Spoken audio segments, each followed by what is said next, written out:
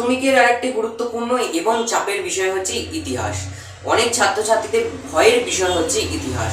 আচ্ছা, এই ইতিহাসে কি 100তে 100 পাওয়া যায়?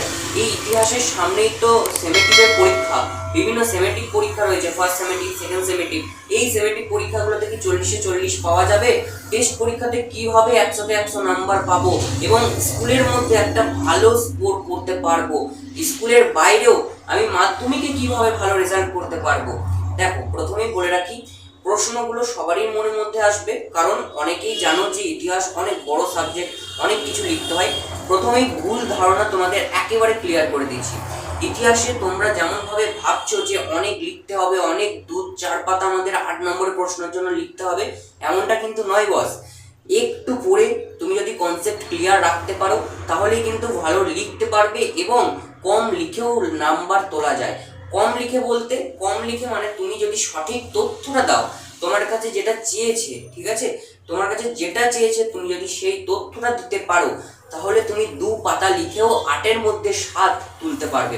8 নম্বরের যে বড় প্রশ্নগুলো আছে সেগুলোও কিন্তু তোমাদের সেমেটিক পরীক্ষায় আসবে, তো সেগুলোতেও কিন্তু তোমরা ভালো নম্বর তুলতে পারবে। এখন আমাদের সামনে রয়েছে সেমেটিক পরীক্ষা। আচ্ছা দাদা, সেমেটিক পরীক্ষার জন্য কি 40-এ 40 তোলা যায়? এই জন্য কিছু একটা কৌশল বলুন। এবার দেখো, সেমেটিক পরীক্ষা আমাদের স্কুলে হয়, তোমরা ভাবছো যে হল ম্যানেজমেন্ট করে আমরা পেরে যাব। আমি বলবো যে হল ম্যানেজমেন্ট রেখে দাও, ছেড়ে দাও, 9 অবধি যা যা করেছো ছেড়ে দাও। এখন তোমার সামনে লক্ষ্য হচ্ছে মাধ্যমিক পরীক্ষা। মাধ্যমিকের জন্য সেমেটিকটা একটু গুরুত্ব দিতে শেখো, ঠিক আছে? তো মাধ্যমিকের সেমেটিক পরীক্ষা আমরা জানি যে 40 নম্বরের হবে। 40-এর মধ্যে অন্তত আমাদের 40 না হোক 35 টার্গেট রাখতেই হবে সমস্ত সাবজেক্টের ক্ষেত্রে, শুধু ইতিহাস বলে নয়, সমস্ত সাবজেক্টের ক্ষেত্রে আমাদের 35 নাম্বার করে টার্গেট রাখতেই হবে। এবার তোমাদের মনে প্রশ্ন আসতে পারে, তাহলে এই যে সেমেটিভের জন্য সাজেশন, সেমেটিভের জন্য কি কি পড়া, এগুলো কোথায় পাবো? এত তাড়াতাড়ি তো সম্রাট এক্সক্লুসিভ আমাদের যেটা চাহিদা সেই বইটা, সেই সাজেশন বইটা তো এতক্ষণে বেরোবে না, অনেক দেরি করেই বেরোয়। দেখো, এখন তোমাদের সম্রাট স্যারের চ্যানেল অবশ্যই তোমরা সবাই দেখো। সম্রাট স্যারেরও বলে যে বছরের প্রথম থেকে তোমরা টেক্সট বইটা ভালো করে পড়ো, স্যারেদের নোটসটা ভালো করে পড়ো, যে স্যারের কাছে তুমি টিউশন পড়ছো সেই স্যারেদের নোটস ভালো করে পড়ো। সেই একই কথাই আমি বলবো, তোমরা একটু ভালোভাবে টেক্সট বইটা পড়ো, স্যারেদের নোটসের ওপর একটু ভরসা রাখো। এবং তাছাড়াও স্কুলের স্যারেরা যে সমস্ত পড়াগুলো তোমাদের বলে দিয়েছেন বা বলবেন, সেই পড়াগুলো একটু ভালোভাবে করার চেষ্টা করো। এখন উচ্চ মাধ্যমিকের পরীক্ষা চলছে, তার সাথে সাথে 11-এরও পরীক্ষা চলছে।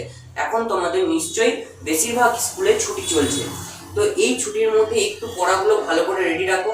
তোমরা আন্দাজ করতেই পারছো বা আন্দাজ করতেই পারবে যে কতটা পরীক্ষা হবে ফার্স্ট সেমেটিভে, তো সেইটুকু অধ্যায়গুলো ভালোভাবে করো। 1 থেকে 4 অবধি তোমাদের ফার্স্ট সেমেটিভে হয়তো পরীক্ষা হতে পারে, সেই রকম 1 থেকে 4 অবধি তোমরা স্ট্রংলি ভাবে দেখে যাও কতটুকু কি কি প্রশ্ন আছে, সেই প্রশ্নগুলো একটু ভালোভাবে করার চেষ্টা করো, তাহলেই হবে। এর পরবর্তী স্কুল যখন খুলবে, স্কুল খুলেই হয়তো কয়েকদিন পর তোমাদের সেমেটিক পরীক্ষা শুরু হয়ে যাবে। তার আগে কয়েকটা দিন স্কুল খোলা থাকবে, ওই কয়েকটা দিন স্কুল যাও, স্কুল গিয়ে স্যার ম্যাডামদের কাছে কিছু গুরুত্বপূর্ণ প্রশ্ন কালেক্ট করার চেষ্টা করো। সেখান থেকে দেখবে 100 তো বলতে পারবো না, 80% প্রশ্ন কিন্তু পড়ে যাবে এবং 80% প্রশ্ন তোমরা পড়ে দিয়ে আসতে পারবে। তো এই ট্রিক্সগুলো নিজেদের মধ্যে রাখতে হবে, এইগুলোই কিন্তু তোমার নাম্বারটাকে আরো ইনক্রিজ করতে সাহায্য করে। আর পড়ে রইল তোমাদের টেস্ট পরীক্ষা এবং ফাইনাল পরীক্ষা। টেস্ট পরীক্ষা তোমাদের যে স্কুলের প্রশ্ন করবেন, স্কুলের স্যারেরা প্রশ্ন করবেন বা ম্যাডামরা প্রশ্ন করবেন, ওই একই ব্যাপার। স্কুলটা ভালোভাবে যাও, স্কুলের স্যার ম্যাডামদের ক্লাসগুলো ফাঁকি একেবারেই দিও না, স্কুলের স্যার ম্যাডামদের ক্লাসগুলো ভালোভাবে করো। যে সাবজেক্টটা তোমার কঠিন বলে মনে হচ্ছে, মনে হবেই, ঠিক আছে, যে আজকের এই ক্লাস করবো না, হয়তো অঙ্ক কঠিন লাগে, অঙ্কর ক্লাস আমার করতে ভালো লাগে না, অঙ্ক ক্লাস আমি করবো না, বাঙ্ক মেরে দেবো, কিন্তু ওরকম করলে হবে না। এই অঙ্ক ক্লাস করো, অঙ্কতে কি কি প্রশ্ন লেখা, কি কি প্রশ্ন প্র্যাকটিস করাচ্ছেন, কি করাচ্ছেন সেগুলো একটু ভালোভাবে দেখো, সেগুলো বাড়িতে এসে প্র্যাকটিস করো। দেখো, এইটুকু বলতে পারি 80% ওখান থেকে কিন্তু কমন চলে আসবে টেস্ট পরীক্ষাতে। এরপরে ইতিহাসের ক্ষেত্রেও সেই সেম একই, যা যা প্রশ্ন লেখাচ্ছেন, যা যা প্রশ্ন বুঝিয়ে দিচ্ছেন, সেগুলোকে একটু ভালোভাবে লেখো, বাড়িতে এসে পড়ো, সেগুলোর মধ্যে থেকে কমন পেয়ে যাবে টেস্ট পর্যন্ত। এর পরবর্তীতে ফাইনাল, সব থেকে যেটা মেন পয়েন্ট আর মেন লক্ষ্য যেটা আমাদের, সেটা হচ্ছে ফাইনাল। ফাইনালের জন্য কি করব? তাহলে ফাইনালের জন্য এবার একটু স্ট্র্যাটেজি আমাদের আলাদা করতে হবে। কি আলাদা করতে হবে? আমাদের ফাইনালে মাথায় রাখতে হবে 70টা নাম্বার আমরা স্কুলের হাতে আছে। 70 নাম্বার কিসে? 7টা সাবজেক্ট, তো 10 নাম্বার করে এক একটাতে প্রজেক্ট রয়েছে। প্রজেক্টে কিন্তু আমাদেরকে ফুল নাম্বার তুলতে হবে। এই জন্য কী করতে হবে, স্যার ম্যাডামরা যে যে প্রশ্নগুলো করতে বলবেন, স্কুল যেতে বলবেন, স্কুল যাও, সেই প্রশ্নগুলো ভালোভাবে করো, স্কুলের মধ্যে একটা ভালো ইমপ্রেশন রাখো, তাহলে কিন্তু 10-এর মধ্যে 10 ভালোভাবেই উঠে যাবে। একটু ভালোভাবে লেখার চেষ্টা করো, স্কুল যাও, স্কুলের মধ্যে ইমপ্রেশনটা রাখো, ঠিক আছে? স্যার ম্যাডামরা যেন তোমার নাম শুনে বুঝে যায় তুমি কেমন ছেলে আর তুমি কে, সেটা যেন তোমার জেনে যায়।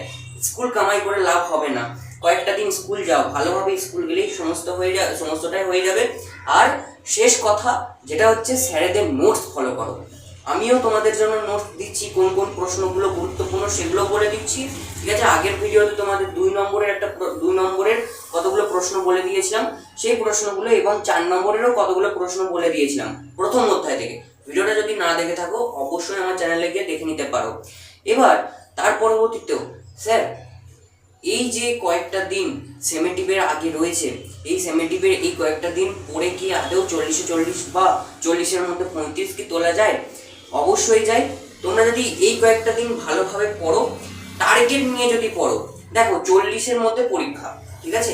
আমাদের ফার্স্টেই ভাবতে হবে যে 40-এর মধ্যে পরীক্ষা, 100-এর মধ্যে আমাদের পরীক্ষা নয় যে আমরা রাত জেগে দিন জেগে আমরা পড়ে গেলাম আর পরবর্তীতে সব ভুলে গেলাম, ওরকম করে নয়। হালকা হালকা করে পড়ো, বেশি চাপ নিতে হবে না, একটু একটু করে পড়ো, রিল্যাক্সে, একেবারে বিন্দাসে পড়ো, তাহলেই সমস্তটাই হয়ে যাবে। ভয় পাবে না, ভয় পেলেই কিন্তু সমস্তটা ভুল হয়ে যাবে। এবার ফাইনালের জন্য কি 100-তে 100 পাওয়া যায়? অবশ্যই পাওয়া যায়। এবারে শুধুমাত্র অপেক্ষা করো রেজাল্টের, দেখবে ছাঁকা নাম্বার উঠছে অনেকের, কারণ এবছর প্রশ্ন কিন্তু অনেকটাই সহজ এসেছিল। এর পরবর্তীতে তোমরা যখন রেজাল্টটা বেরোবে তখন অনেকের কাছে শুনতে পাবে যে ভালো রেজাল্ট হয়েছে ইতিহাসে 100-তে 100 অনেকের উঠবে, এটুকু জেনে রাখো। বেশ, তো তোমরা ভালোভাবে পড়ো, একটু স্ট্র্যাটেজি মেনটেন করে পড়ো, একটু নিজের রুটিন অনুযায়ী পড়ো, এবং এইরকম এক্সাম রিলেটেড বিভিন্ন ট্রিক্স এবং বিভিন্ন প্রশ্ন সাজেশন পেতে চ্যানেলটিকে অবশ্যই সাবস্ক্রাইব করে দিও, এবং ভিডিওটা ভালো লাগলে অবশ্যই বন্ধুদের মধ্যে শেয়ার, লাইক এবং নিজেদের মূল্যবান মতামত কমেন্টে এসে অবশ্যই জানিও।